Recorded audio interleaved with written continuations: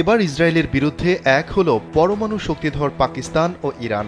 গাজায় ৭ অক্টোবর থেকে নির্বিচার হামলা চালিয়ে আসছে তেল আবিব। হত্যা করেছে ৩৪,০০০-এর বেশি ফিলিস্তিনিকে।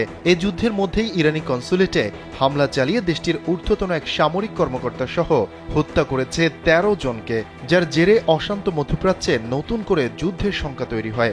ইসরায়েলের এমন বেপরোয়া কর্মকাণ্ডের লাগাম টেনে ধরতে এক হয়ে কাজ করার ঘোষণা দিয়েছে মুসলিম বিশ্বের একমাত্র পরমাণু শক্তিধর দেশ পাকিস্তান ও মধ্যপ্রাচ্যের পাওয়ার হাউস খ্যাত দেশ ইরান।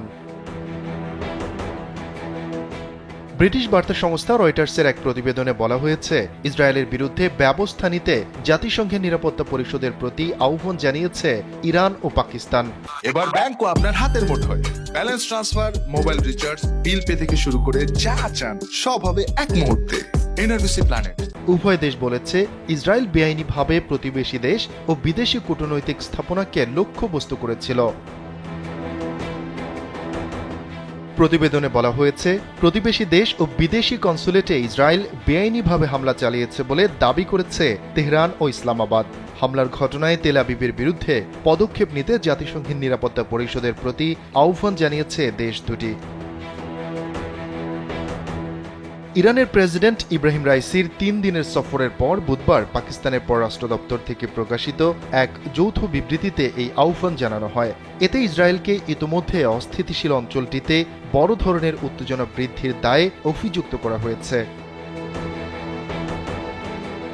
এদিকে ইসরায়েলের সাথে উত্তেজনার মধ্যে পরমাণু সমৃদ্ধ দেশগুলোর সাথে নতুন করে সম্পর্ক মজবুত করছে ইরান।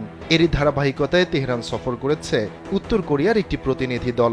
বিষয়টি নিশ্চিত করেছে দেশটির রাষ্ট্রায়ত্ত বার্তা সংস্থা KCNA। তবে কি নিয়ে আলোচনা হবে তা জানানো হয়নি।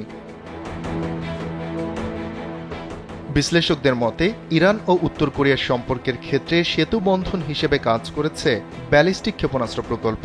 এই প্রকল্পের প্রযুক্তি ও সরঞ্জাম বিনিময়ের মধ্য দিয়ে কাছাকাছি এসেছে আমেরিকার প্রতি চরম বৈরী ভাবাপন্ন দুটি দেশ।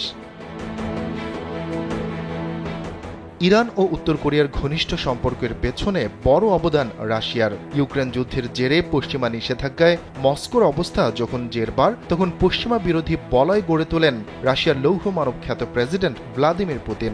শুধু সম্পর্ক জোরালো করেই ক্ষান্ত হননি পুতিন, উপরি পাওনা হিসেবে অস্ত্র ও গোলা বারুদও পেয়েছেন পিয়ংইয়ং ও তেহরানের কাছ থেকে। শফিকুল ইসলাম শান্ত, কালবেলা ডেস্ক।